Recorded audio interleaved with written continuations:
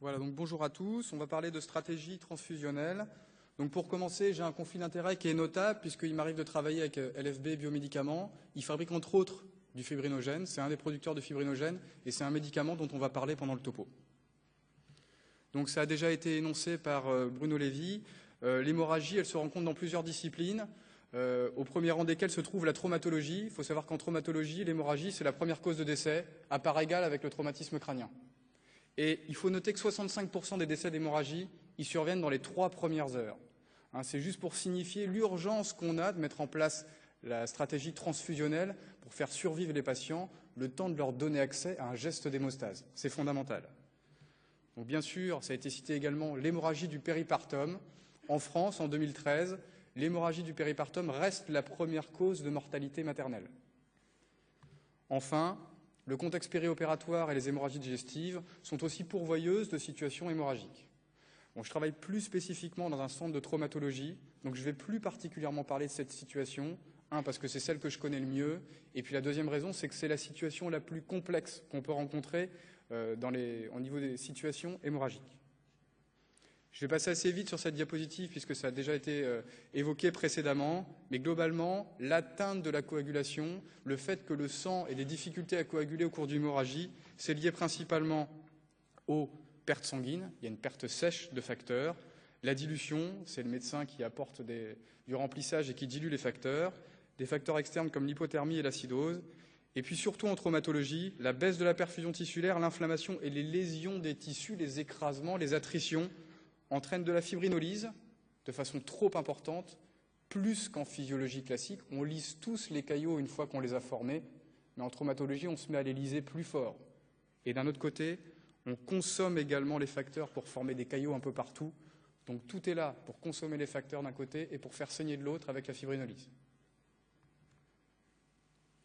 Quand on sait que 65% des décès surviennent dans les 3 premières heures en traumatologie, il est nécessaire et indispensable de s'organiser pour la transfusion. Voici ici une étude qui a évalué une période avant la mise en place d'un protocole par rapport à une période après la mise en place de ce protocole. Donc la colonne de gauche avec 117 patients, c'est avant protocole, et la colonne de droite avec 94 patients, c'est après protocole.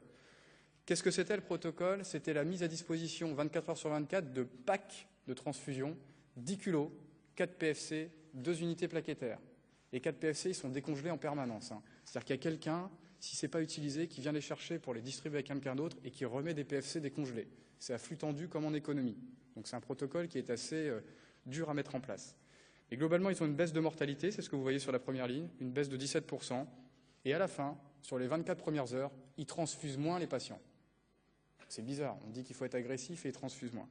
Si on regarde ce qui se passe dans les premières heures, c'est-à-dire au bloc opératoire, quand on fait l'hémostase de ces malades traumatiques, il y a plus de kilos qui sont utilisés avec le protocole, plus de PFC, plus de plaquettes. Et pourtant, sur la deuxième ligne, comme on l'a vu tout à l'heure, sur les 24 heures, il y a moins de transfusions. En pratique, ils sont agressifs au début et ils font une économie sur la suite. L'investissement initial, il y a un retour sur cet investissement dans la suite. Voilà, l'hémostase, il faut aller vite. Alors, quelle recette pour la transfusion? Il a souvent été recommandé de le faire sur des seuils biologiques qu'on peut mesurer plus ou moins vite. 7 à 9 grammes d'hémoglobine pour la transfusion de concentré érythrocytaire, c'est ce qui est encore recommandé. Assurer un niveau de facteur satisfaisant, on dit 40%, et 60% en cas de traumatisme crânien. Et assurer un niveau de plaquettes satisfaisant, un minimum de 50 000, voire 100 000 chez les traumatisés crâniens.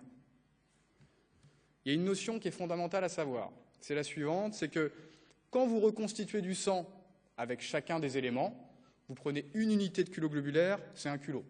Une unité de PFC, c'est une poche de PFC. C'est comme ça qu'on compte à l'EFS. Plus une unité plaquettaire, vous obtenez au mieux un mélange qui fait 30% d'hématocrite et 60% de TP. Vous ne pouvez pas monter au-dessus. Et si vous transfusez plus de l'un que de l'autre, vous montrez peut-être un peu l'hématocrite, mais le TP chutera en dessous de 60. Et inversement.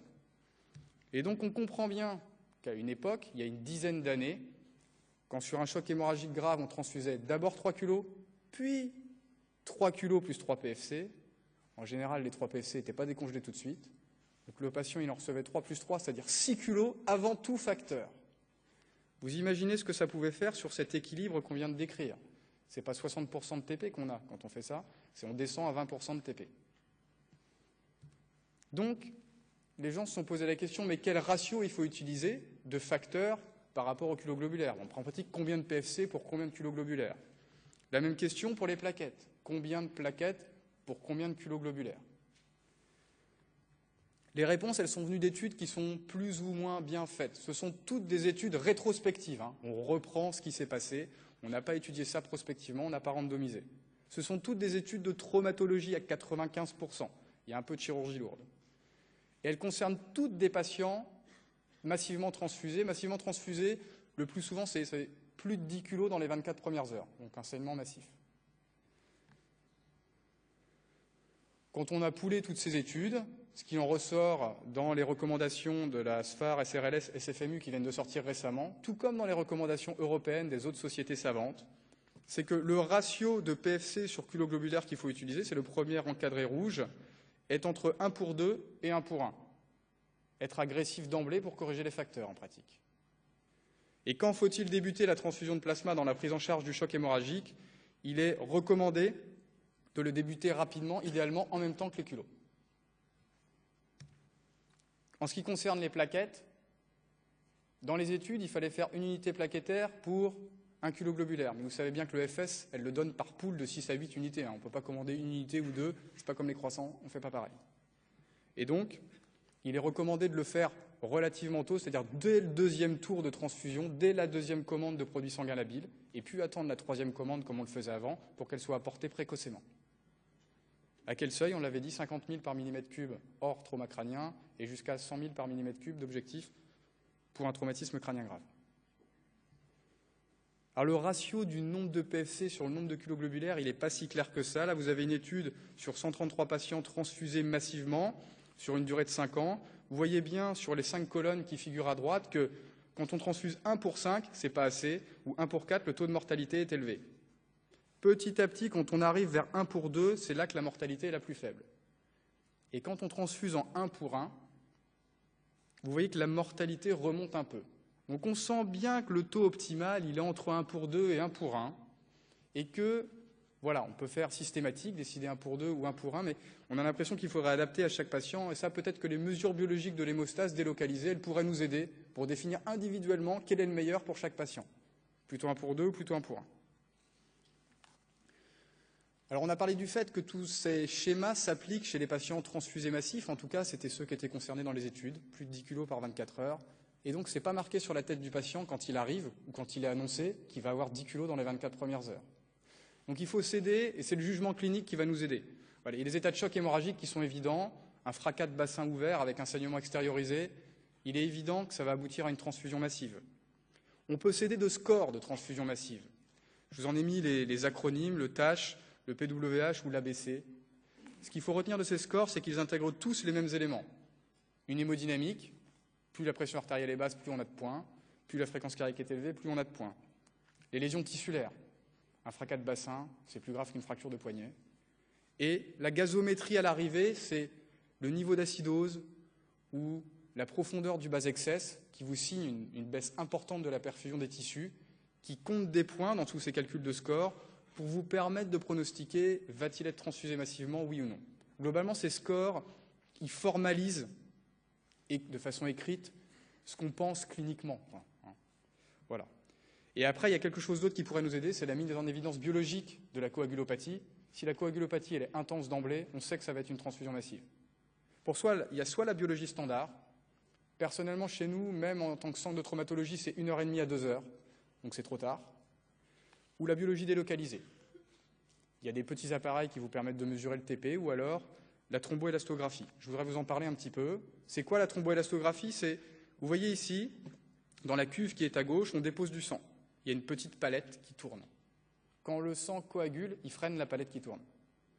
Et donc, moins la palette tourne, plus le caillot est ferme. On peut mesurer la fermeté du caillot en ordonnée en fonction du temps. Voilà le type de profil que vous obtenez. Pendant la première période R, il n'y a pas de coagulation, le sang reste liquide. Et là, d'un seul coup, il initie la formation du caillot, à la fin de la période R. Et l'angle formé par l'initiation de ce caillot, plus l'angle est fort, plus le caillot se forme de façon rapide. C'est un premier paramètre.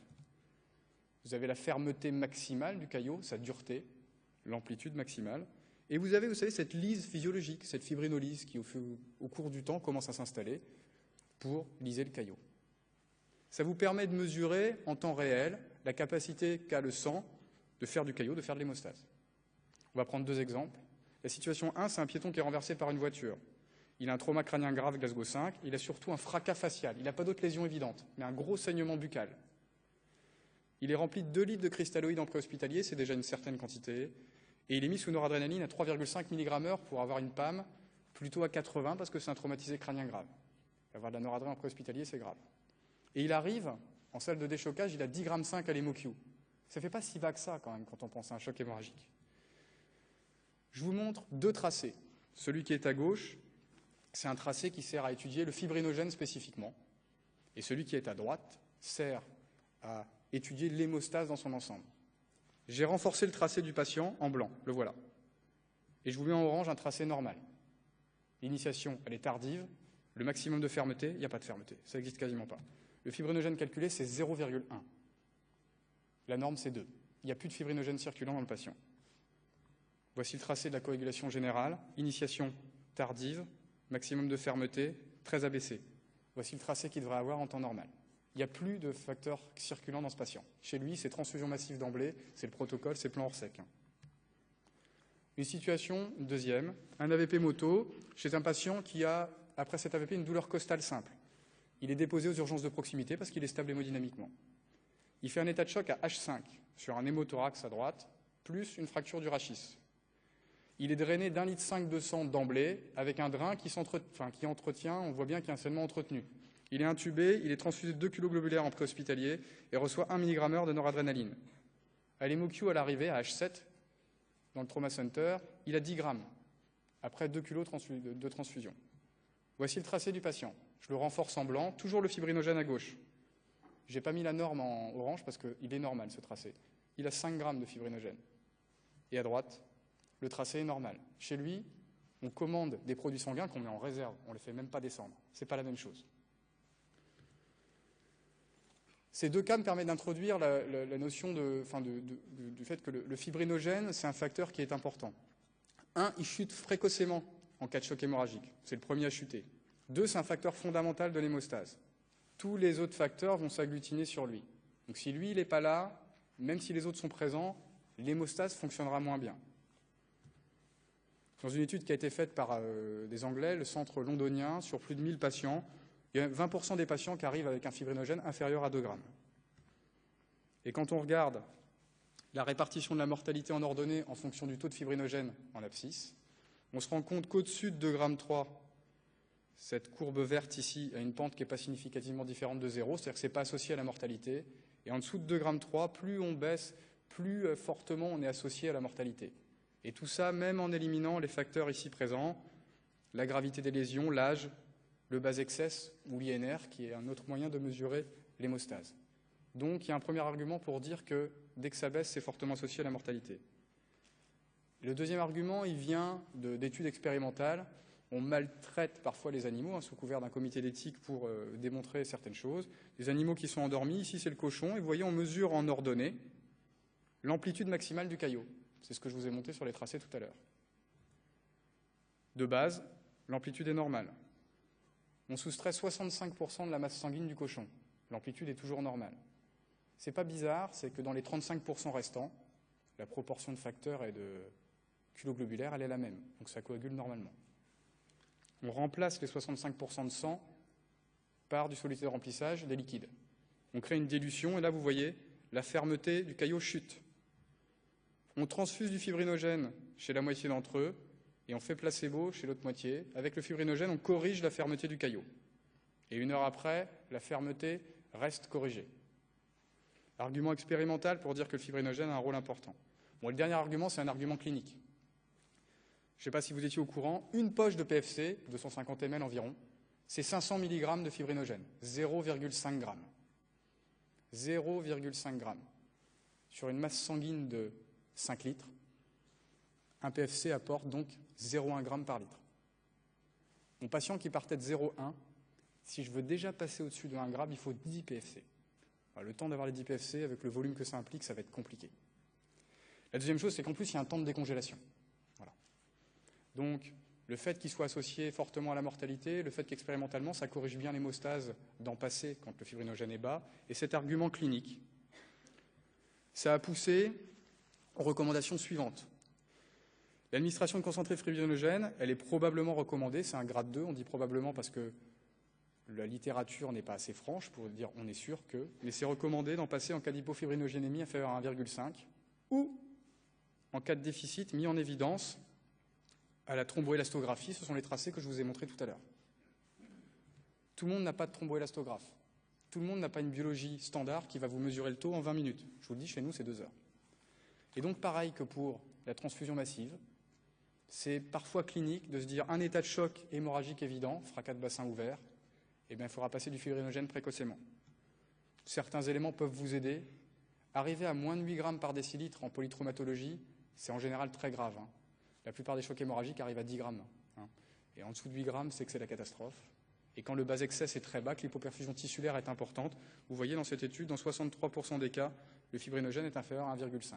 Des petits éléments qui peuvent nous guider pour déclencher la transfusion de fibrinogène sur des éléments cliniques et biologiques. Alors, est-ce que le PFC, cet ensemble de concentrés de facteurs, c'est la recette idéale pour apporter des facteurs aux patients? Le premier point, on vient d'en parler, la contenance en fibrinogène, elle est faible, et on peut la compléter par l'apport de fibrinogène exogène. On vient d'en parler. Le PFC, il a un effet inconstant sur l'hémostase. Ici, dans cette étude, quand on transfuse 2 à 4 PFC en réanimation chez des patients qui ont des troubles de l'hémostase à cause d'une hémorragie, il y en a moins d'1 sur 2 qui va augmenter significativement le TP. Dans cette étude, la suivante, il fallait 30 ml kg de PFC pour être sûr que tous les patients répondent en termes d'augmentation de TP. 30 ml kg. 70 kg, c'est le standard, 2 litres de PFC. 8 PFC, on ne va pas passer ça à tout le monde. Donc, ce n'est pas quelque chose de très concentré, ce n'est pas quelque chose de très performant pour corriger l'hémostase. C'est ce qu'on connaît le mieux et ce qu'on maîtrise le mieux pour le moment, c'est pour ça que c'est toujours ça qu'on fait, mais ça pousse à chercher des alternatives, d'autant plus que les PFC ont des effets secondaires, ils peuvent induire des OAP lésionnelles, le TRALI, et ils sont corrélés avec la survenue d'infection. Plus on passe de produits sanguins labiles, plus on passe de poche, plus on est à risque infectieux derrière, ça modifie l'immunité. Une des alternatives proposées, et elle n'est proposée que par un petit nombre d'équipes qui pratiquent ce type de choses, nous on ne l'utilise pas pour l'instant, c'est les concentrés de complexes prothrombiniques, le PPSB, le Cascadil, l'Octaplex, je cite quelques noms. C'est ceux que vous utilisez en général pour réverser les AVK en urgence. D'accord ? C'est un concentré de facteurs. Voilà. C'est un lyophilisate, c'est un concentré de facteurs.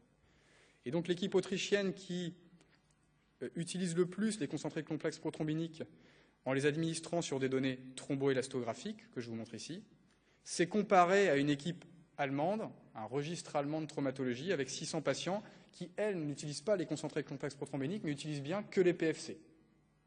Ils se sont comparés pour savoir si leur stratégie, complexe prothrombinique versus PFC, il y avait une différence. Ces courbes sont certes indigestes, mais elles montrent quand même un résultat intéressant. En termes de transfusion de plaquettes, ce sont les deux courbes de gauche. L'équipe autrichienne ici, 90% des patients n'ont pas besoin de plaquettes. L'équipe allemande, 50% n'ont pas besoin de plaquettes. Donc dans la stratégie autrichienne, il y a 2 fois moins de plaquettes transfusées en utilisant ces concentrés de complexes prothrombiniques.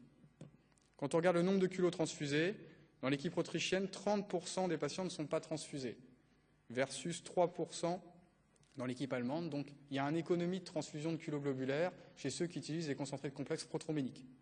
Comme quand on l'avait vu au début, investir beaucoup en hémostase initialement, il y a un retour sur l'investissement dans les suites, on transfuse moins. C'est rétrospectif comme étude. Il y a 2 ou 3 équipes qui font ça dans le monde, les concentrés de complexes prothrombiniques. Donc ça n'est absolument pas généralisable, c'est juste une voie intéressante pour remplacer les PFC par des concentrés de complexes. À voir. Qui plus est, les concentrés de complexes prothrombiniques contiennent du 2, du 7, du 9, du 10. Il n'y a pas de facteur 5. Donc si on n'utilise que ça, il y a un moment où on va manquer de facteur 5. Il n'y a pas de fibrinogène, mais qu'à cela ne tienne, on peut l'apporter de façon séparée. Et puis les doses ne sont pas bien connues. On ne sait pas trop à quelle dose il faut commencer, selon quelle intensité de coagulopathie. Et enfin, la dernière chose, c'est que c'est très prothrombogène. On ne connaît pas du tout l'effet que ça a sur les thromboses. C'est vraiment très prothrombogène, ça, c'est pas bien étudié. Donc il y a un risque thrombotique. Je vais terminer avec l'acide tranexamique. On a dit tout à l'heure que la coagulopathie traumatique, c'était une fibrinolyse exacerbée. On fibrinolyse tous nos caillots quand on a une plaie et qu'on forme un caillot. Mais quand on fibrinolyse de façon intense, on fait sauter le clou plaquettaire qui était là pour faire l'hémostase du vaisseau lésé. Et donc, dans cette étude randomisée contrôlée, c'est 274 hôpitaux, 40 pays, 20 000 patients.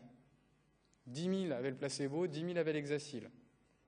C'était donné sous quelle forme? Un bolus de 1 gramme sur 10 minutes, puis 1 gramme par 8 heures. Quels patients étaient recrutés? C'était assez large. Ce n'est pas du tout que du choc hémorragique grave. C'est des patients avec une hémorragie avérée, hypotension, tachycardie, ou à risque d'hémorragie. À risque d'hémorragie, ça peut être une cinétique élevée avec un patient incarcéré qui a le volant sur le thorax. Une fois qu'on l'a sorti, peut-être que finalement, il n'y aura pas de lésion. Mais on avait le droit d'initier l'hexacil chez tous ces patients-là. La mortalité, elle est significativement abaissée quand on utilise l'hexacil, très en faveur. Et si on regarde le détail, plus c'est donné tôt, plus ça marche. Plus c'est donné chez les patients graves, plus ça marche. L'étude secondaire, à partir des résultats fournis par cette étude, montre le résultat suivant qui est important à connaître. Vous avez un abscisse, l'odd ratio pour vis-à-vis de la mortalité. Si on est au-dessus de 1, le produit tue plus.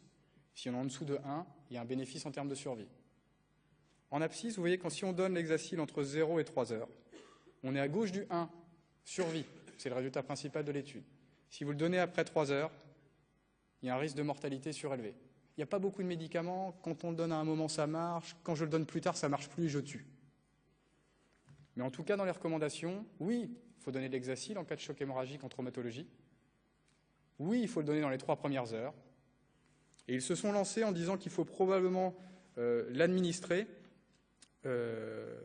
chez les patients non traumatisés en choc hémorragique. Postpartum, hémorragie digestive, toute cause d'hémorragie sévère. Un dernier mot sur le facteur 7 activé, on ne l'utilise quasiment plus. C'est une rescue quand tout a été essayé et plus rien ne marche. On l'utilise une fois par an, pas plus. Ne pas oublier de maintenir la normothermie, c'est fondamental. Je ne vais pas dire qu'il faut réussir, il faut se battre pour essayer de limiter le plus les pertes thermiques. Et l'objectif de calcium ionisé, dont avait parlé Bruno Lévy tout à l'heure, c'est supérieur à 0,9. On l'a facilement sur les gaz du sang, c'est ça qu'il faut avoir en tête. En dessous de 0,9, il faut supplémenter. Donc en conclusion, la stratégie transfusionnelle au cours du choc hémorragique, elle doit être organisée, anticipée et adaptée à son hôpital.